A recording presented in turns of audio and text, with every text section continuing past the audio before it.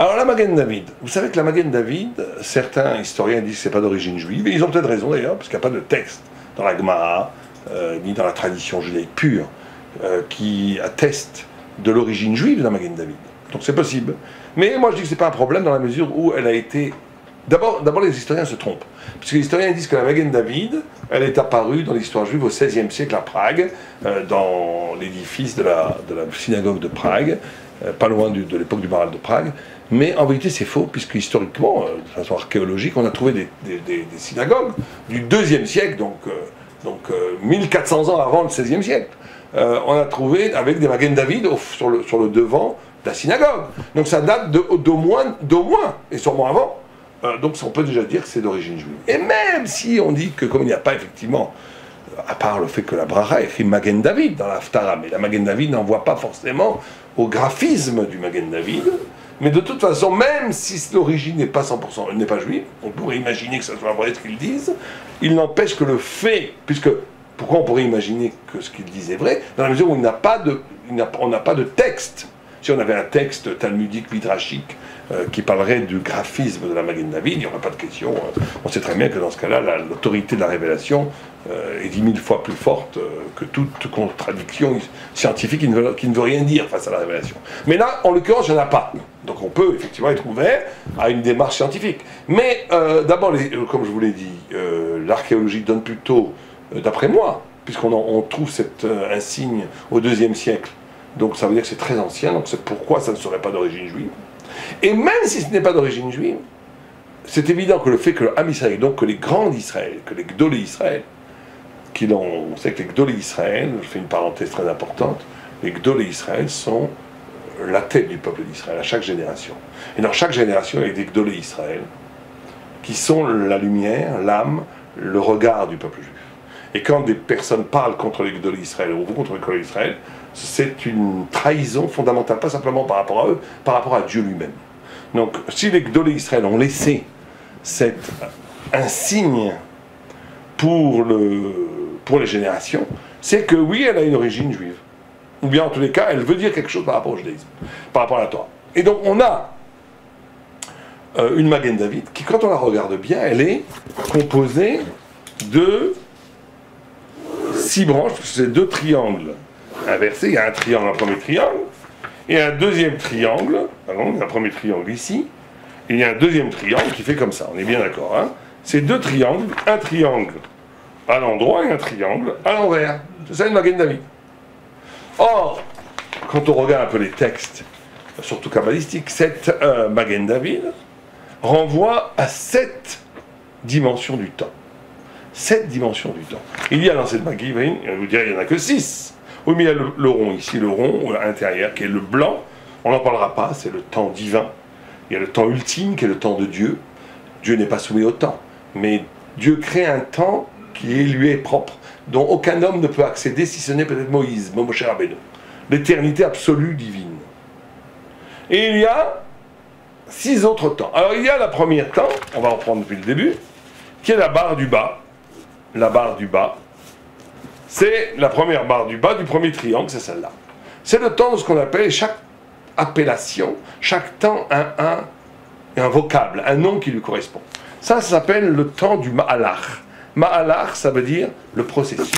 C'est dans la Torah le mot Bereshit. Quand Dieu dit Bereshit, Bereshit. Vous savez qu'il y a écrit dans la Torah que Dieu, il y a 10 paroles de la création. Il y a eu 10 paroles, 10 commandements sur le mont Sinaï, et il y a 10 paroles de la création.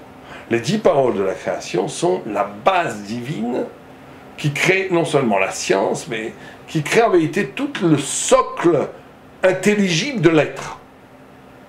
Bereshit, c'est la création, dit le Gaon de Vilna, du temps. Du temps. Le temps a été créé, la première chose que Dieu a créée, c'est le temps. Mais c'est le temps dans sa dimension de Ma'alach. Ça veut dire qu'il y a, alors le Ma'alach se compose de création, le moment zéro de la création, révélation, Mont Sinaï, rédemption, le Mashiach. C'est 3 moments, création, révélation, rédemption. C'est la base de ce qu'on appelle le temps universel, qu'on appelle le Ma'alach en hébreu. Or, le Ma'alach de la création, c'est pas que pour les juifs. C'est tout le monde rentre. La création, en d'autres termes, le temps n'est pas une conséquence de l'espace, parce qu'il y a de l'espace, comme disait Einstein, que le temps n'existe qu'avec de l'énergie. S'il n'y a pas d'énergie, il n'y a pas de temps. C'est que c'est parce que l'énergie brûle que ça commence le chronomètre du temps. C'est vrai au niveau physique, mais c'est faux au niveau métaphysique. Le temps, c'est une création qui est un parchemin cosmique que Dieu a créé, dans lequel va s'engouffrer toute l'histoire du cosmos. Mais il fallait que... C'est très compliqué à comprendre, mais en même temps c'est très simple à comprendre. Si Dieu n'avait pas créé le temps, il n'y aurait rien pu avoir. Parce qu'il faut qu'il y ait la notion du temps pour que l'espace puisse bouger dans ce temps. Il n'y a pas de mouvement sans temps, il n'y a rien sans temps. Donc il a fallu créer le temps universel dans lequel va s'engouffrer dans ce grand parchemin temporel, qui est la création du temps Bereshit, du Mahalach. C'est toute l'histoire de l'humanité qui va, du cosmos entier, pas de l'humanité, de l'être, qui va s'engouffrer dedans et qui va se découper en 3 moments: création, révélation, rédemption. Or, ces 3 moments de création, révélation, rédemption, elles sont inhérentes à chaque homme. Un homme n'est qu'un homme, même pas un juif. Un homme, dans sa dimension de Ben Adam, de Adam, n'est un homme que s'il a 3 dimensions quotidiennes en lui-même. Création, révélation, rédemption. Création, un homme doit se recréer. Un homme qui n'est que le résultat de son passé génétique, de son patrimoine génétique, de son passé familial, de sa structure psychologique, psychanalytique. Il n'est que le résultat de toutes sortes de processus qui étaient avant lui. Donc il n'est pas créé, il est le résultant de choses qui ont été créées avant lui. Il n'est pas un homme. Il est un pseudo-homme. Il est un erzastre, une sorte d'élément qui vient d'autres hommes. Un homme, pour être homme, doit, dans sa relation à Dieu, redéfinir sa vie, recréer, revivre, être recréé. C'est comme ça que David Ameller, qui est la Malchut, qui est l'être rédimé devant Dieu, s'est mis dans les bras de Dieu. Et tout ce qui lui arrivait, c'était bien, parce qu'il était dans une relation frontale avec Dieu qui fait que rien ne pouvait lui arriver. Il renaissait à chaque instant devant Dieu. Être devant Dieu, c'est renaître. Parce que ça veut dire abolir toutes les définitions matérialistes, toutes les définitions psychologiques, économiques, sociologiques qui m'ont formé pour me redéfinir à partir d'une relation verticale avec Dieu. C'est bâtir l'estime de soi, non par rapport à l'historique matériel, mais par rapport au regard de Dieu. Donc si je fais la Torah, si je fais les mitzvot, si je suis scrupuleux dans les mitzvot, je commence à bâtir une identité de moi qui est le résultat du regard de Dieu qui a vers moi. Et donc ce regard de Dieu qui a vers moi est tout le temps modifié par rapport à mon évolution spirituelle. Et donc je me recrée chaque jour. Création. Un homme n'est un homme s'il se crée. C'est le premier mouvement de la Magen David, c'est ce moment-là. Après, il y a révélation. Quand on arrive à ça, quand on est capable de se recréer, quand on est capable de se remettre en question, de se redéfinir, on va avoir une soif de quelque chose qui n'est pas moi, de quelque chose qui est la vérité. L'homme, c'est Méhod, Méhod, c'est Adam, Adam, c'est le même anagramme que Méhod, c'est plus. Un homme n'est un homme que s'il est intéressé par la vérité. Quelqu'un qui n'est pas intéressé par la vérité, il a détruit sa vie. Quelqu'un qui ne vit que dans la passivité de la vie, même s'il se redéfinit par rapport au regard de Dieu, il fait ce qu'il faut. Il est Yirat Shamayim. Il se définit par rapport à ce que Dieu veut de lui. Très bien. Il dépasse les déterminismes historiques, sociologiques, psychologiques, et tout ce que vous voulez économique. D'accord? Mais s'il n'est qu'un bon juif, ce qui est déjà magnifique, mais ça ne suffit pas. Il faut avoir aussi la volonté de dépasser son être. Un homme doit s'inventer de nouvelles histoires. Un homme doit s'inventer de nouveaux destins. Un homme doit s'ouvrir à des horizons conceptuels qui ne le correspondent pas. C'est la notion de la culture. Chez les Goïms, c'est la notion du Limud Torah chez les Juifs. Ça veut dire être concerné par quelque chose qui excède ma dimension individuelle. Être concerné par une dimension du sens qui est universelle, qui n'est pas liée à ma substantialité, liée à mon besoin alimentaire, ou même mon besoin de calme, mon besoin psychologique, mon besoin de paix intérieure. Tout ça, c'est encore de la consommation. Être excité par quelque chose qui n'est pas de la consommation, qui est du pur savoir. Ça existe chez les Goïs, c'est de la culture. Et chez les Juifs, 1000 fois plus fort, c'est la révélation. C'est ce moment de la révélation. Donc, deuxième mouvement, révélation. Un homme n'est un homme que s'il est capable de s'ouvrir à des horizons intelligibles qui étaient imprévisibles dans l'économie générale de sa nature, pour s'ouvrir à une dimension du sens qui l'émerveille et qui le dépasse complètement. C'est la notion de révélation. Et un homme n'est un homme que s'il va au bout de cette ligne, rédemption. Rédemption, ça veut dire comme l'univers et l'humanité va au bout d'elle-même, arriver à la totalité, rédimée, de la compréhension de pourquoi le monde a créé. À la fin, quand le Messie va venir, on va tout comprendre. Aujourd'hui, on ne comprend pas tout. On ne comprend pas pourquoi il y a eu la Shoah. On ne comprend pas. On peut donner des éléments. C'est ça qu'il y a des éléments.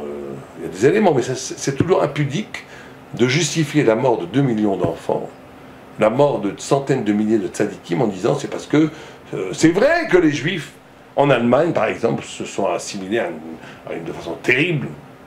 Et c'est vrai qu'il y a eu 100 000 conversions au christianisme, et c'est vrai qu'il est écrit dans la Torah qu'il y a une alliance avec Dieu, il y a des textes dans la Torah qui sont vraiment l'annonce de la Shoah. En disant vous serez fous de ce que vos regards verront, vous mangerez vos propres chairs, vous serez consumés par le feu, enfin tout est écrit, tout est écrit, vous serez fous, Aïta Meshuga, tu seras fou de ce que tu vois. Si tu casses l'alliance avec Dieu, bah Dieu te livre à l'histoire et l'histoire te dévore. Oui, mais ça reste insuffisant, parce que ce pauvre enfant magnifique qui voulait lire le schéma et qu'on a pris, qu'on a jeté dans les flammes, comment est-ce qu'on peut comprendre ça? C'est incompréhensible. Ça, le Mashiach nous l'expliquera, nous on ne peut pas l'expliquer. Le Mashiach, ça sera la compréhension totale de toute l'histoire. Toute l'histoire qui s'est passée jusqu'à maintenant, c'est de la Torah. Simplement, c'est la Torah qu'on ne peut pas comprendre. Il n'y a que le prophète qui peut donner un sens torahique à l'actualité. Pour ça, les gens qui vous commencent l'actualité en essayant d'envoyer des éléments de Torah, c'est forcément ou des prophètes ou des charlots. C'est à nous de choisir. Mais on ne peut pas... disait le Razonich que il n'y a que le prophète qui peut donner le sens torahique de l'histoire, ou le Messie. Donc on n'a pas un sens, on peut comprendre des éléments, on peut un peu dans le Talmud, on voit que la Gemara des fois donne les Chazal. Les Chazal peuvent, mais nous on ne peut pas.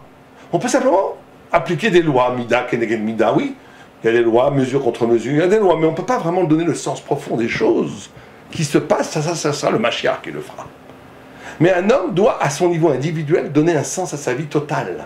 C'est la notion de rédemption. C'est à un moment donné, tu dois arriver à la fin de ta vie, donner ta vie à Dieu, et avoir dit, voilà, j'ai fait du temps que tu m'as donné, du corps que tu m'as donné, de l'esprit que tu m'as donné, de l'argent que tu m'as donné, de la famille que tu m'as donné, de tout ce que tu m'as donné, voilà, j'en ai fait quelque chose qui veut dire quelque chose par rapport à ta volonté, et qui est une offrande, un korban, une offrande pour toi. C'est la notion de rédemption. Donc un homme n'est un homme que s'il a cette première ligne qui passe par création, révélation, rédemption. Après, il y a un deuxième temps, et donc ici, la parole biblique, c'est le Malach, c'est Bereshit.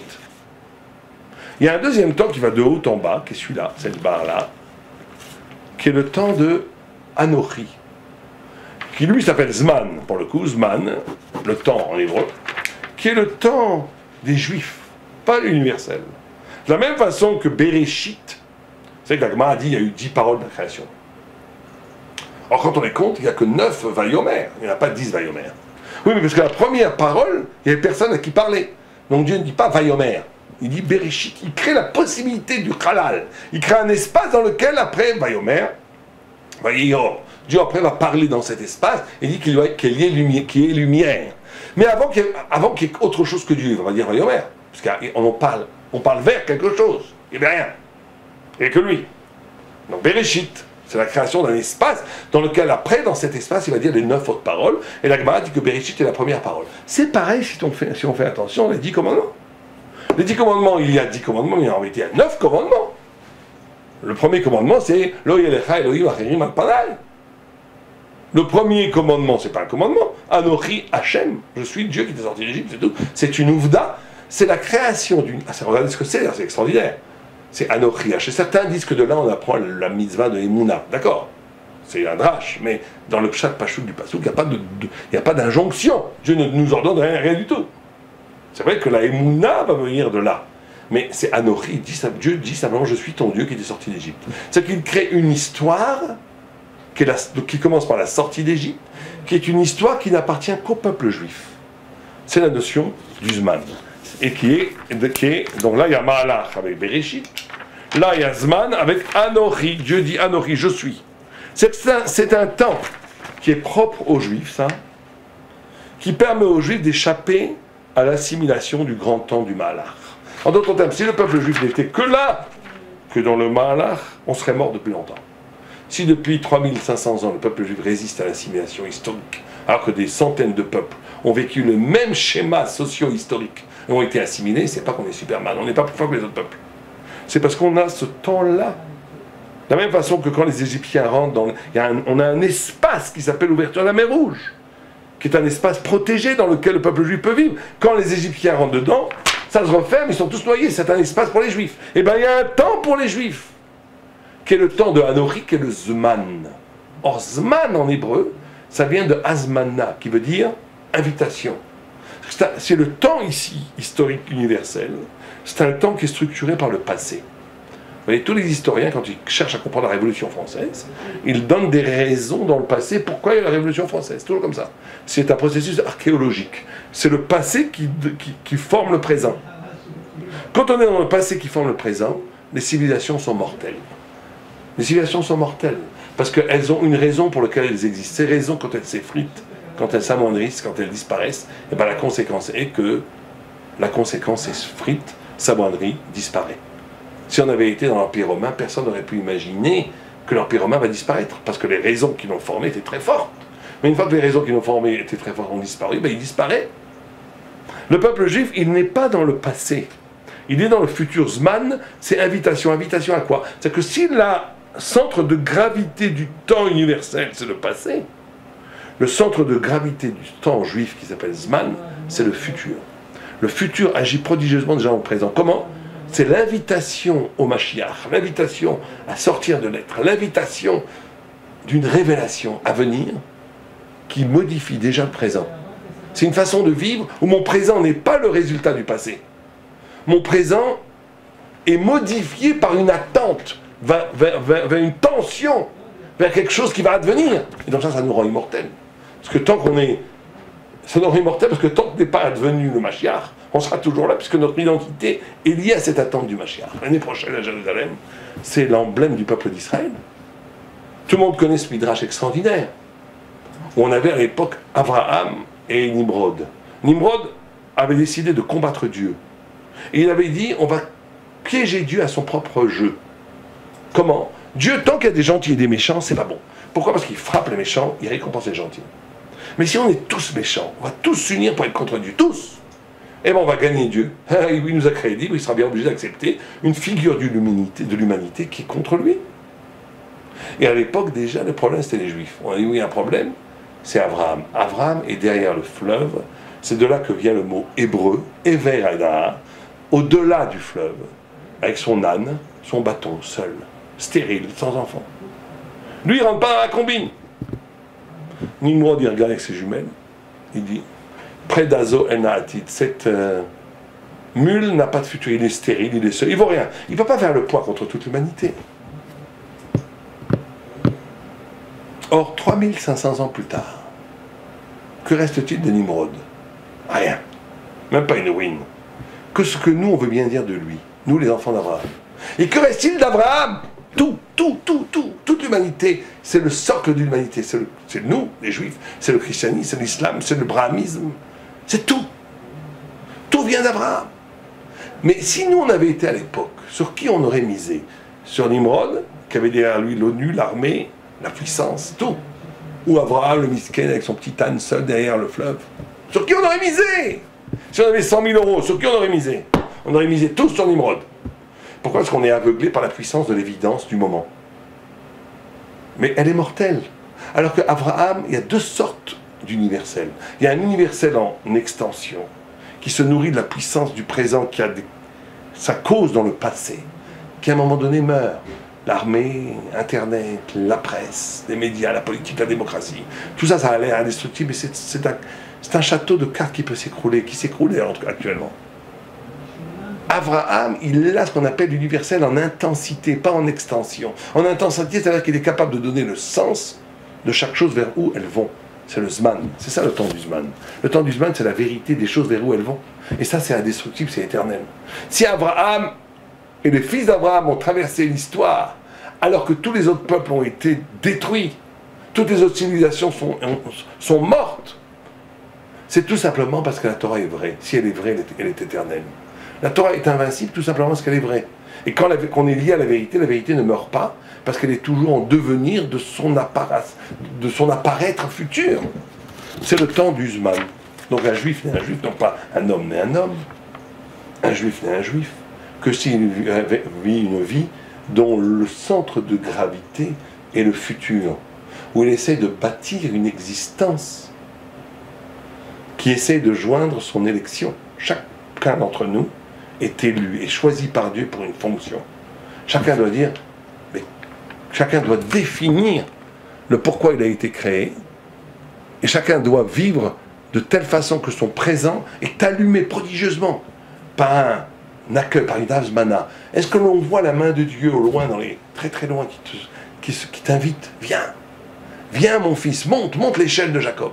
Monte. Est-ce qu'on entend cette voix-là? Si on n'entend pas, on est dans le Mahalach, on n'est pas dans le Zman. Celui qui est dans le Zman entend cette voix en haut de l'échelle qui dit monte, qui t'invite à monter. C'est ça le temps du juif. Après, il y a un troisième temps, qui finit le premier triangle. C'est ce mouvement-là, cette descente-là, ça descend par là. Une fois que l'homme a compris ça, c'est à peine, ça descend vers là. Ça, c'est le temps qu'on appelle le temps du Moed. Moed, ça veut dire, c'est extraordinaire, c'est que quand on a compris, en réalité c'est la conséquence du Zman, quand j'ai compris que le temps est structuré dans son futur et que Dieu m'appelle, je vais créer des rendez-vous. Il y a des moments donnés qui sont des moments où le présent et le passé et le futur sont un. C'est ce qu'on appelle chez nous, de façon collective, c'est les fêtes. Les fêtes juives, c'est extraordinaire, les fêtes juives. Parce qu'on vit à la sortie d'Égypte, 3500 ans, 3000 ans, 3 sorties d'Égypte. Non, 3500 ans. Abraham, c'est 4000 ans. Enfin, c'était 4000 ans dans ce que je vous ai parlé. 3500 ans, sortie d'Égypte. Et bien, tous les ans, on revit la sortie d'Égypte. Et la sortie d'Égypte, c'est aussi la venue du Mashiach. Donc, on a un temps élastique, un temps dans la conscience, qui peut en même temps revisiter le passé, se projeter dans le futur et vivre le présent. C'est le temps du Moed, du rendez-vous. Le peuple juif a le maître du retour dans le futur. Retour vers le futur, futur dans le passé, tout ce que vous voulez. Il peut se promener dans le temps comme il veut. Comme il veut, à droite, à gauche, derrière, devant, en haut.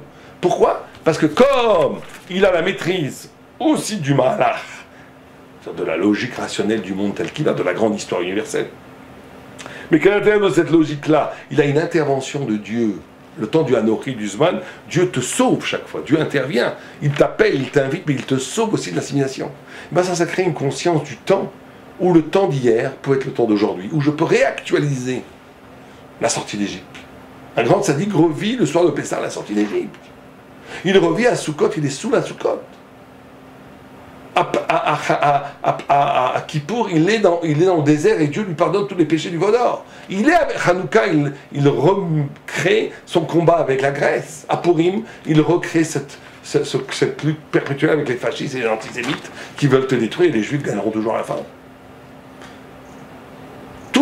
C'est ça le temps du Moed. C'est qu'on a des rendez-vous, au temps universel, c'est les fêtes juives, qui nous renvoient à des catégories du temps qui sont perpétuelles. On sort toujours d'Égypte. Tout le temps, on doit s'arracher de la matière. On est tout le temps sous la cabane, on est tout le temps sous les ailes de la Shrina, etc., etc. Toutes les fêtes juives sont des catégories éternelles du temps qui sont renouvelées, anticipées, ou bien anticiper le temps Mashiach. Les Yom Tovim, les jours de fête, sont des anticipations du temps messianique, alors que le Shabbat est une anticipation du monde futur, d'après la mort. Mehein Olam Haba. Mais regardez, dans le Shabbat, il y a les deux. Mehein Olam Haba, donc futur, ça ressemble au monde futur. Mais Zecher Lema, c'est le Réchit. Et c'est en souvenir de l'acte de création. Parce que juste avant la création, l'air était pur de la lumière divine. Et quand le Olam Haba, c'est l'air est pur de la lumière divine. Donc le début et la fin, c'est un. Donc le peuple juif a cette capacité de voyager dans le temps, où il n'y a plus, où le passé peut devenir un futur. C'est le Vav conversif. Le Vav en hébreu, ça peut être en même temps un passé ou un futur. C'est le secret de cette lettre du Vav. Le Vav, c'est en même temps la lettre du mois où la Torah est donnée, de Sivan. Parce que c'est le moment où le passé peut devenir le futur peut devenir le passé. Un juif est capable de... C'est pour ça que ça m'a toujours fasciné. En étudiant la Gemara, un juif, il renoue un dialogue avec Rashi au Moyen-Âge. Il est vraiment avec Rashi, avec Tosfot, avec les Amoraïm. Le temps ne joue pas, les fluctuations culturelles ne jouent pas. On est dans le même temps. C'est le temps du Moed, le temps des rendez-vous. Je peux donner rendez-vous demain à Rabbi Akiva. Un grand rabbi peut donner rendez-vous à Rabbi Akiva. Il y avait des très grands rabbis initiés qui parlaient avec les rabbis, qui parlaient avec les autres rabbis qui sont morts depuis très longtemps. Pourquoi? Parce que le temps, en vérité, est une illusion. Une illusion réelle, mais une illusion aussi.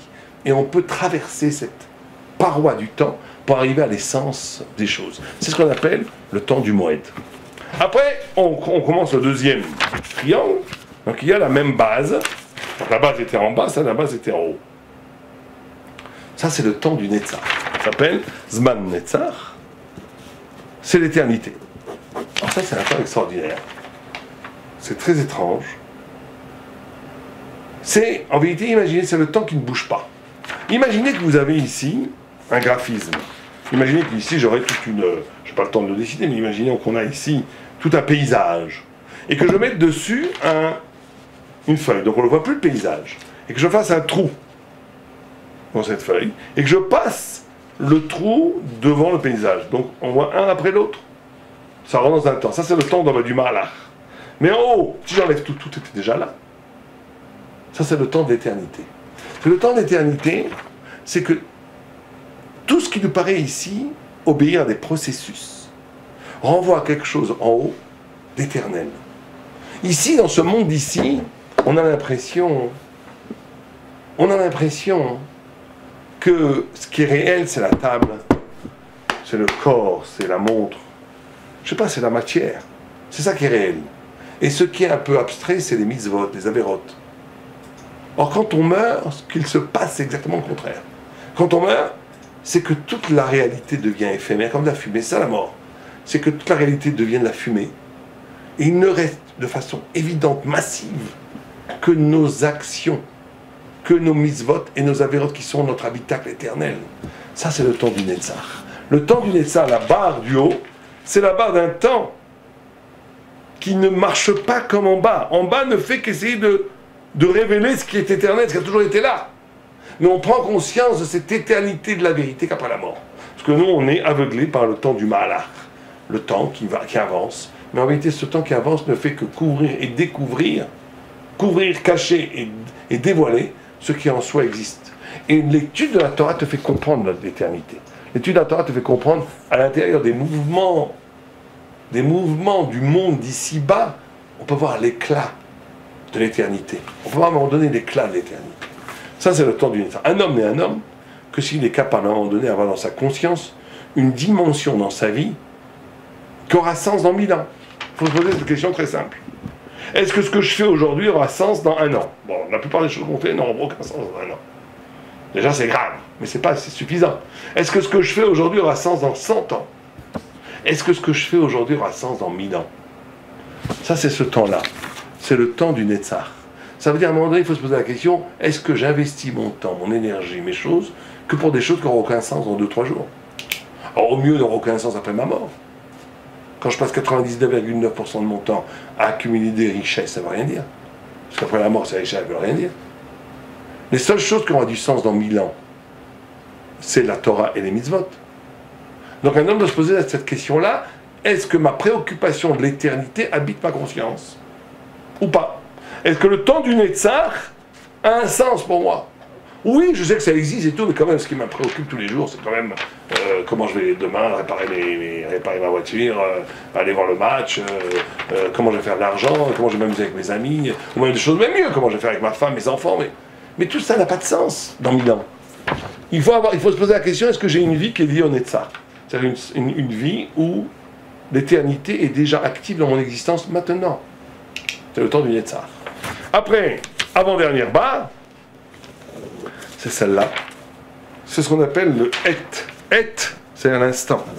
Ça, c'est que ce qui fait le lien entre l'éternité, le temps, la barre de l'éternité et la barre du Mahalach, c'est qu'il y a à un moment donné un temps de la conscience. Un temps de la conscience qui est extraordinaire, qui est En même temps, c'est un instant, donc c'est dans le Mahalach, ça touche le Mahalach. C'est en même temps un instant poétique, je bois, ça pas forcément de la Torah. Je suis en train de boire une bière avec ma femme au bord de l'eau, un oiseau passe.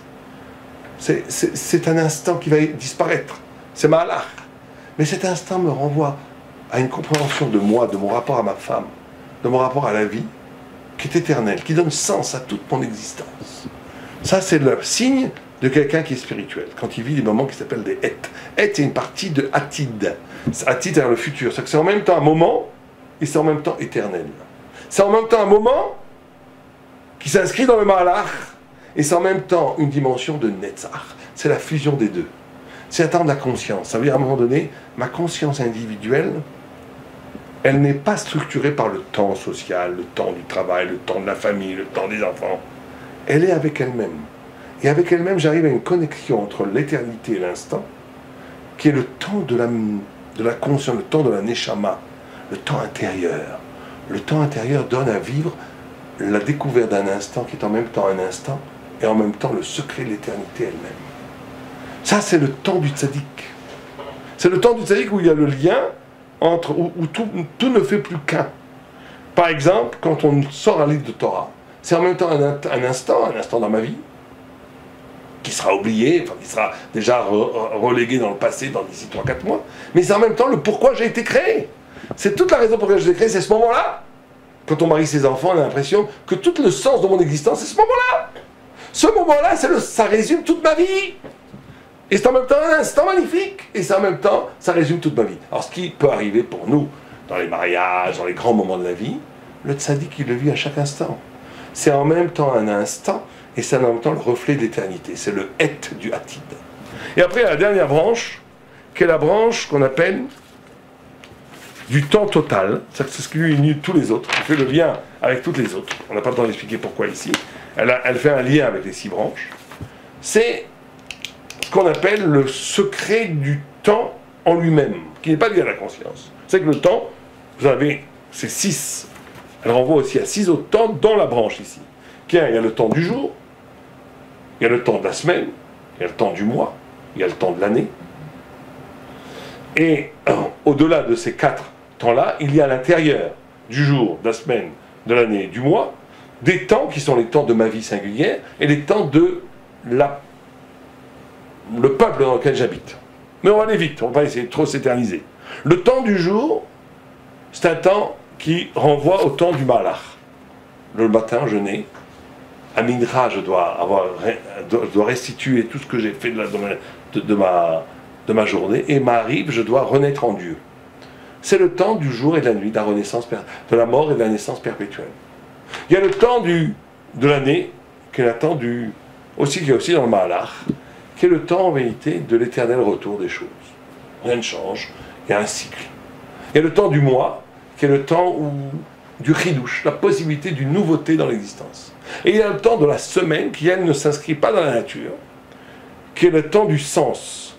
Le sens qu'on donne à la vie, le sens, le temps qui imprime un sens. C'est extraordinaire que le peuple juif a enseigné au monde 6 jours Shabbat. Il n'y a pas dans la nature. Tous les autres formes du temps, elles sont le reflet de quelque chose de matériel dans l'univers. Les 24 heures, c'est la rotation de la Terre sur elle-même. Les 65 jours, c'est la rotation de la Terre autour du Soleil. Et le Chodesh, c'est la naissance et la mort de la Lune. Donc il y a la rotation en vérité de la Lune. Donc il y a en vérité un temps métaphysique qui est lié à un événement physique. Or, le 7 jours, qui est pourtant universel aujourd'hui, inspiré par la Bible, par les Juifs au monde entier, il n'est pas lié du tout à quelque chose de naturel. Il est lié au sens que Shabbat, c'est le sens. C'est le but de l'existence. C'est le temps du sens. Or, ces 4 temps, plus ces 2 autres temps, c'est-à-dire le rythme intérieur et le rythme collectif, ces 6 temps-là, ils trouvent leur unité dans ce temps-là, qu'on appelle l'unité du temps. C'est-à-dire qu'un temps où, à un moment donné, tout est un. C'est le temps, c'est le temps où le temps intérieur, le temps extérieur, le temps du Shabbat, le temps du... C'est ce qu'on appelle le temps Amerkava. C'est-à-dire que quand on voit un chevalier galoper sur la plage, imaginons quelqu'un qui n'a jamais vu un chevalier. Il va croire que qu'est-ce qui fait bouger les choses? C'est les pieds du cheval. Et c'est vrai qu'à un certain niveau, peut-être au niveau du Mahalach, c'est les pieds du cheval. Mais s'il va être un peu plus intelligent, il va comprendre que ce n'est pas les pieds du cheval, c'est le cheval. c'est le cheval qui fait tout, qui fait. Après, mais c'est pas le cheval, c'est le cerveau du cheval. Et après, il va comprendre, c'est pas le cerveau du cheval, c'est le chevalier. Avec ses pieds, qui fait comme ça des petits coups au cheval, qui fait avancer la chose. Et après, il va dire, mais non, c'est pas le chevalier, c'est le cerveau du chevalier. Il va monter, après, il va arriver jusqu'à Dieu. Rabbeinu Barquier, il dit une chose extraordinaire, il dit, plus la cause est proche, plus elle est fausse. Vous avez un bâton qui vous frappe. Celui qui est complètement idiot, il croit que c'est le bâton qui me frappe. Celui qui est un peu plus intelligent, il dit, c'est pas le bâton il fait rien, il peut pas bouger. C'est qui? C'est le bras. Mais le bras, il n'est pas indépendant. C'est le bonhomme. Après, il dit, mais c'est pas le bonhomme, c'est un gendarme. C'est qui l'envoie? Le gendarme, c'est le ministre. Enfin, c'est le capitaine. Après, c'est le ministre. Après, c'est le roi. Et après, c'est Dieu. Plus la cause est lointaine, plus elle est vraie. Plus elle est proche, plus elle est fausse. Donc ça, c'est le temps de l'union de tous les phénomènes du temps. Ça veut dire que quand on voit ce qu'on appelle le temps à Merkava, le temps de la Merkava, où on voit un chevalier galoper, il faut être capable de traduire à un moment donné l'unité totale de tous ces temps. Parce que c'est aussi le cheval qui galope, c'est pas le chevalier. C'est ça la notion du temps à Merkava. C'est qu'en même temps, tout est unifié, tout est rédimé, tout est un. Où je retrouve Dieu dans toute chose. Où je retrouve la vérité du temps céleste et du temps terrestre. Et du temps intérieur et du temps extérieur. Et du temps du mois et du temps de la semaine et du temps de l'année. Tout est un. Parce que tout est en vérité là pour avoir une connexion entre Dieu et l'homme. C'est la totalité des temps. C'est le temps le plus dur. Ça, c'est le temps où même certains grands Talmid Chacham n'arrivent pas à arriver. C'est le temps où je suis capable d'unir tous les temps. Et le temps à l'intérieur, à l'intérieur, le blanc, c'est le temps de Dieu dont on ne peut absolument pas parler. Dieu n'a pas de temps. Mais Dieu crée un temps à lui dans lequel il veut organiser toute la création du monde. Ça, c'est un temps qui est inaccessible, l'au-delà du temps. Et donc la Magen David, comme on le voit, devient l'emblème du peuple d'Israël, parce qu'il est le secret absolu de toutes les histoires, non seulement de l'humanité, non seulement de l'histoire du peuple d'Israël, mais aussi des individus. Il y a ici la totalité du sens dans cette Magen David. Il y a le sens universel, il y a le sens du peuple d'Israël, il y a le sens de chaque individu, et il y a le sens de comment ces trois sens qui paraissent séparés, en vérité à un certain niveau ne font qu'un. C'est pour ça que c'est pour ça que c'est Magen, parce que ça protège. Magen David, ça protège. C'est Magen, c'est David. Magen, c'est une protection. Parce que celui qui vit dans le temps du Zman, celui qui vit dans le temps divin, il n'a rien à craindre. Les attentats et les horreurs, elles arrivent dans le Malach. Elles n'arrivent pas dans le temps du Anochi. Anochi, Dieu protège. C'est Magen. Et David Améler, c'est le Messie, le Malchut. Le Mashiach, c'est celui qui va réussir à révéler au monde l'unité de tous les temps, qui va donner le sens de tout ce qui s'est passé dans l'histoire, et qui va ramener tout événement à Dieu. C'est la Magen David en soi. C'est pour ça que la Magen David est le symbole du peuple d'Israël.